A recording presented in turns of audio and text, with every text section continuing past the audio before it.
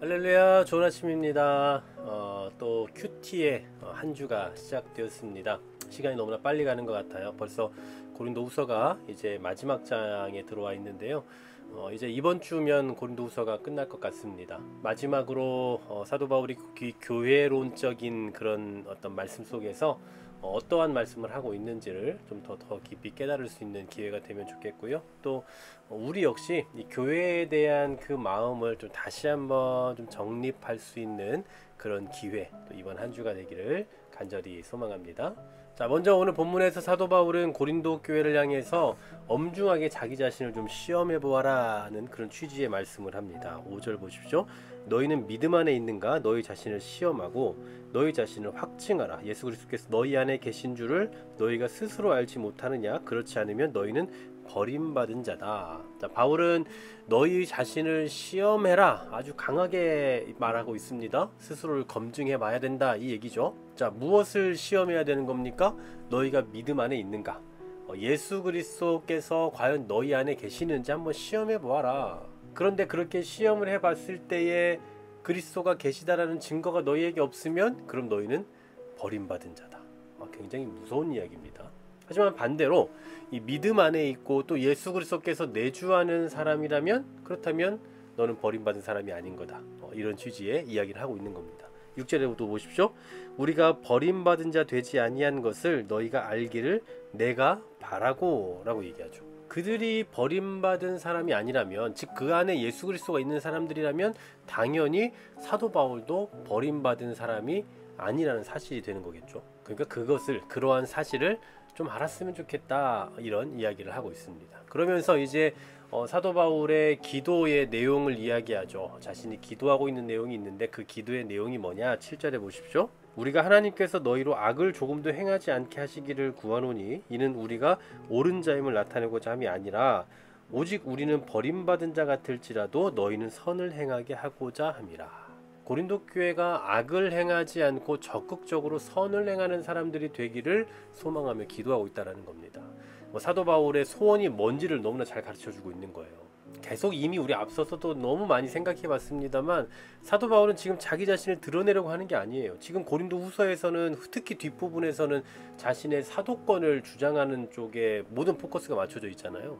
근데 이 사도권을 주장했던 이유는 자신이 대단한 사람이다라는 것을 드러내려고 하는 것이 아니라 그들이, 즉 너희가 죄악을 버리고 그 죄악을 떠나서 하나님께서 기뻐하시는 그 선을 행하는 삶을 살기를 바라는 마음 때문에 했다, 그 얘기예요. 또 계속해서 바울의 기도의 제목 8절 9절 또 쭉 계속 볼게요.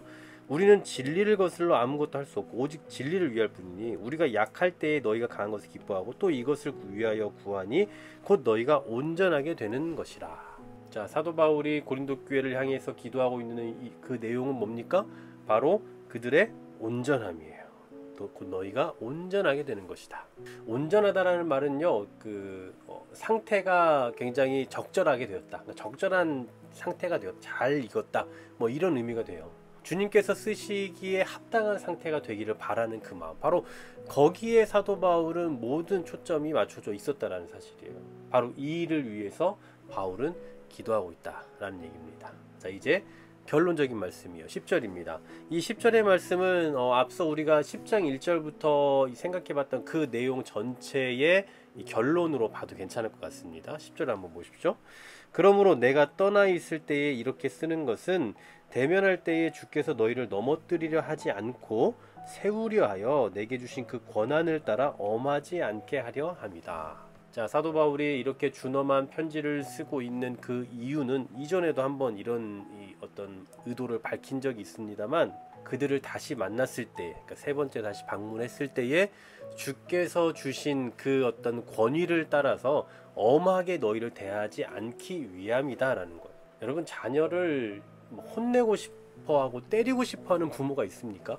어쩌지 못해서 때리는 거잖아요. 어쩌지 못해서 막 혼을 내고 화를 내기도 하고요. 그러니까 사도 바울은 그게 겁나는 거예요. 자신이 화를 낼까봐 겁나는 겁니다. 자신의 그 어떤 권위, 사도로서의 권위, 또 고린도 교회를 세운 어떤 영적 아버지로서의 그 역할, 그 권위로서 저들을 혼내고 저들을 쓰러뜨릴까봐 그게 겁났다라는 거예요. 결국 이 사도 바울의 그 핵심, 이런 편지를 보내면서 엄하게 하고 있는 그 핵심이 아주 중요한 그 하나의 단어로 오늘 10절에서 표현되고 있는데요. 주께서 너희를 넘어뜨리려 하지 않고 세우려 하여 라는 표현이에요. 예전 성경에 보니까 넘어뜨리려 라는 표현 대신 뭐 무너뜨리다 라는 이런 표현이 나오더라고요. 그러니까 무너뜨리지 않기 위해서, 교회를 무너뜨리지 않기 위해서, 교회를 넘어뜨리지 않고 다시 세우려 하여 이러한 편지를 보내고 또 그런 의도를 가지고 있다라는 것을 분명히 밝혀주고 있는 겁니다.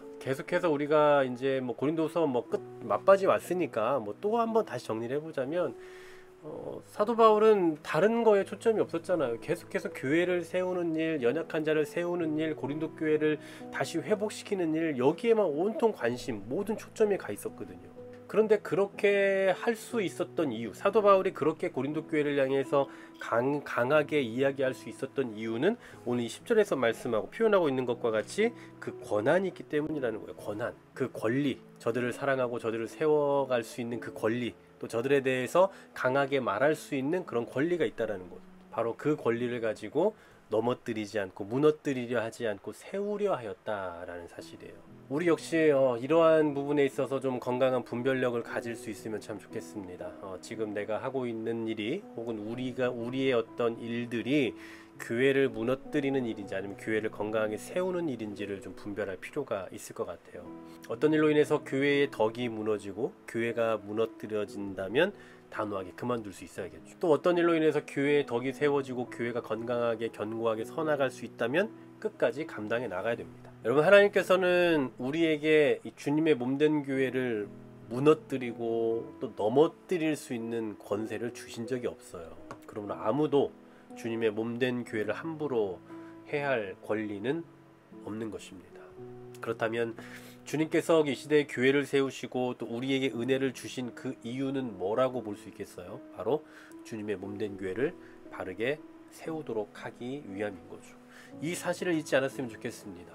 사도 바울에게 이 사도의 권한을 주셔서 이렇게 하게 하셨던 것처럼 이 시대를 살아가는 우리들에게도 건강을 주시고 필요한 것들을 주시고 직분을 주시고 교회를 주셔서 결국은 주님의 몸된 교회를 바르게 세워가도록 하시기 위함이다라는 것 잊지 않으셨으면 좋겠고, 오늘도 교회로서 교회를 바르게 세워나가는 일에 힘쓰시고 그 일을 위해서 우리에게 주어진 권세와 권리가 있다라는 거 잊지 않으시면서 교회를 더 든든히 세워갈 수 있는 주역들이 다 되시기를 간절히 소망합니다.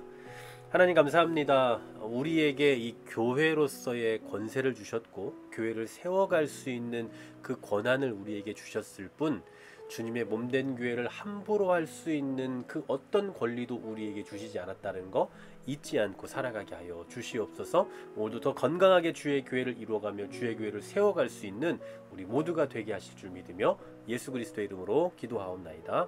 아멘.